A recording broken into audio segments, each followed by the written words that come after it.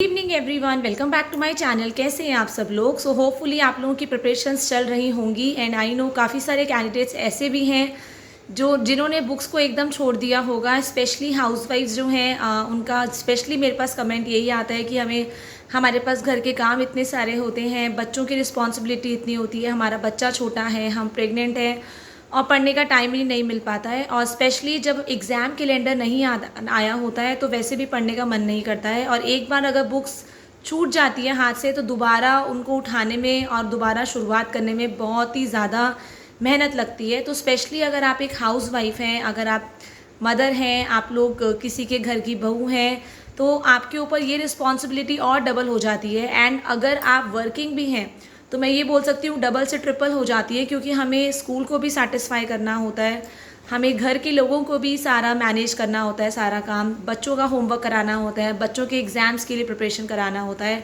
और साथ में अगर हम कॉम्पिटिटिव एग्ज़ाम की खुद तैयारी कर रहे होते हैं तो अपने लिए भी टाइम निकालना बहुत ज़रूरी है। तो सबसे पहले आप लोगों को मैं यही बोलूँगी, आप लोग हमेशा कमेंट करते हैं कि मैं आपकी कैसे हेल्प, मैं आपको सिर्फ मोटिवेट कर सकती हूँ। मैंने जीएस जीके के क्लासेस भी कोशिश करी है, नेक्स्ट ईयर मैं पूरा प्लान करूँगी कि मैं पूरे सेटअप के साथ आऊँ। अभी मैंने कोई भी सेटअप नहीं किया है ऑनलाइन टीचिंग का, बट हाँ मेरे दिमाग में ऐसा आ रहा है कि I should start with the online teaching, but ये मैं नेक्स्ट ईयर ही स्टार्ट कर पाऊँगी। पहले मुझे हर एक चीज़ को प्लान करना पड़ेगा। So sorry for the inconvenience, but अभी मैं आप लोगों को भारत को जानू बुक से जो भी करा पाऊँगी डेफिनेटली रेगुलर कराने की कोशिश करूँगी। बट अगर आप एक हाउसवाइफ हैं, मदर हैं और आप किसी के घर की बहू हैं और आप चाहती हैं कि कंपटीशन की हम तैयारी करें, चाहे टीचिंग हो चाहे नॉन टीचिंग हो, तो सबसे पहले अगर आपने ये चाहा है तो आप लोग बहुत ही स्ट्रॉन्ग हैं, बहुत ही करेजियस हैं, क्योंकि शादी के बाद ये डिसाइड करना कि हमें एक गवर्नमेंट जॉब चाहिए या हमें कोई एग्ज़ाम क्लियर करना है बहुत ही बड़ी हिम्मत की बात होती है।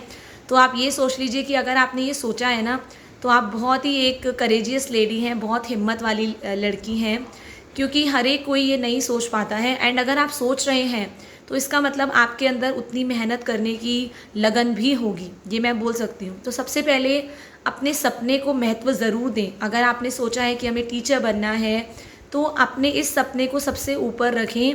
येस, फैमिली की प्रायोरिटीज़ भी हैं आगे, लेकिन अपने सपने को कभी भी मरने मत दें फैमिली के आगे। अगर आप ही खुद के बारे में नहीं सोचेंगे तो आपके बारे में सच में कोई नहीं सोचेगा। And this is very very practical. ये मैं क्यों बोल पा रही हूँ, क्योंकि this happens to me. I was very बोलते हैं ना emotional fool kind of a person. मैं बहुत ज़्यादा सेक्रीफाइस करने वाली पर्सन थी। अपनी खुशी के बारे में पहले नहीं सोचती थी, बट दूसरों को खुश करने के बारे में पहले मेरा मोटो रहता था कि मैं दूसरे को इम्प्रेस कर दूँ। कोई मेरे बारे में क्या सोचेगा अगर मैंने ऐसा बोल दिया, तो अगर मैंने मना कर दिया तो पता नहीं क्या बुरा ना लग जाए उनको। तो ये सब चीज़ें बिल्कुल भी आप दिमाग से निकाल दीजिए। किसी को क्या लग रहा है क्या नहीं लग रहा है ये आपका सोचने का काम नहीं है। जिसको जो लग रहा है लगने दीजिए, but you should be very straight forward. अगर हमारे मन में कुछ और है और हम मुंह पे कुछ और बोल रहे हैं तो उसका कोई फ़ायदा नहीं है डबल स्टैंडर्ड होने का। इट्स बेटर कि मन के अंदर जो है आप स्ट्रेट फॉरवर्ड बोल दीजिए, but there is a way to speak.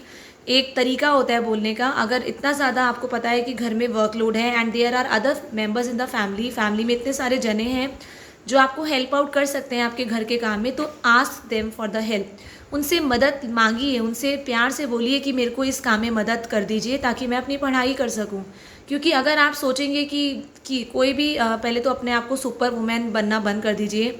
ये चीज़ें मेरे अंदर भी थी कि मैं घर का भी कर सकती हूँ, मैं जॉब भी कर सकती हूँ, मैं अपने बच्चे को भी पढ़ा सकती हूँ। नो, इतना ज़्यादा अच्छा बनने की भी कोशिश ज़रूरत नहीं है। जो आपके साथ अच्छा रहे उसके साथ आप बहुत अच्छे रहिए, बट जैसे अगर आपके बारे में कोई नहीं सोच रहा है, आपकी पढ़ाई के बारे में कोई नहीं सोच रहा है, आपके सपने के बारे में कोई नहीं सोच रहा है, तो आपको भी इतना सोचने की ज़रूरत नहीं है। जो आपके बारे में सोचे उसके बारे में आप लोग तभी सोचिए। तो इसीलिए अगर आपके मेंबर्स हैं फैमिली में जो आपकी मदद कर सकते हैं तो उनसे प्यार से मदद मांगिए। अगर मदद मांगेंगे और फिर मदद अगर आप कर रहे हैं, सबका काम कर रहे हैं, ऐसा तो नहीं है कि आपका पर्सनल काम है वो, kitchen work is for everyone, सबके लिए खाना पक रहा है, तो आप लोग अगर हेल्प मांग लेंगे वेजिटेबल कटिंग में, आटा गूंदने में, ठीक है, तो थोड़ा सा हेल्प हो जाती है। और ट्राई टू कि हम झाड़ू पोछे बर्तन की मेड लगा के रखें एटलीस्ट 3-4 महीने तक, जब तक हमारे एग्ज़ाम्स नहीं हो जाते हैं। जैसे DSSB का एग्ज़ाम आपका आगे है, देन KVS का एग्ज़ाम आ जाएगा, NVS का आ जाएगा, EMRS का आ जाएगा। तो ये सारे एग्ज़ाम्स जो है बैक टू बैक होने वाले हैं आप लोगों के, तो इसीलिए आप लोगों का पढ़ाई करना, पढ़ाई के लिए टाइम निकालना बहुत ही ज़्यादा ज़रूरी है। एंड डिसाइड योर गोल, आपके लिए यह सपना आपका कितना ज़रूरी है। अगर ये सपना ज़रूरी होगा तो डेफिनेटली आप इसके लिए पढ़ने के लिए दिन रात मेहनत भी ज़रूर करेंगे, जितनी भी हो पाएगी। आई नो, इसलिए मैं बोलती हूँ कि घर के काम के साथ पढ़ाई करना बेहद मुश्किल होता है। इसीलिए मैंने आपको पहले भी कहा था, अपना जो मॉर्निंग का रूटीन है हमेशा पढ़ाई से शुरुआत करिए। हम जनरली ये सोचते हैं कि ये काम हो जाएगा तब मैं पढ़ूंगी, आज नाश्ता वगैरह बन जाए, बच्चे चले जाएं स्कूल, हस्बैंड चले, उसके बाद मैं पढ़ लूँगी, उसके बाद कुछ और काम याद आ जाएगा। तो काम तो घर के कभी भी ख़त्म नहीं होते हैं, एज़ हाउसवाइफ्स को ज़्यादा पता होगा। और जो वर्क के साथ साथ, जॉब के साथ साथ घर भी संभालती हैं, उनको भी पता होगा, घर के काम कभी भी ख़त्म नहीं होंगे। इसीलिए हमेशा अपने दिन की शुरुआत अगर आप 6 बजे से करते हैं तो 5 बजे से करिए, और सुबह सुबह अपने मॉर्निंग का 1 घंटा अपनी पढ़ाई को दें, क्योंकि इस टाइम सबसे ज़्यादा ज़रूरी आपके लिए पढ़ाई है। अगर आप लोग एग्ज़ाम देने वाले हैं, और आप देखिए जब आपने सुबह सुबह 1 घंटा पढ़ाई करी होगी ना, उसके बाद आपको 1 घंटा और पढ़ने का मन करेगा, और 1 और घंटा पढ़ने का मन करेगा। और देखेंगे अगर सुबह का 1 घंटा आपने पढ़ाई के लिए निकाल दिया तो दिन में आप देखना 4 या 5 घंटे निकाल लेंगे।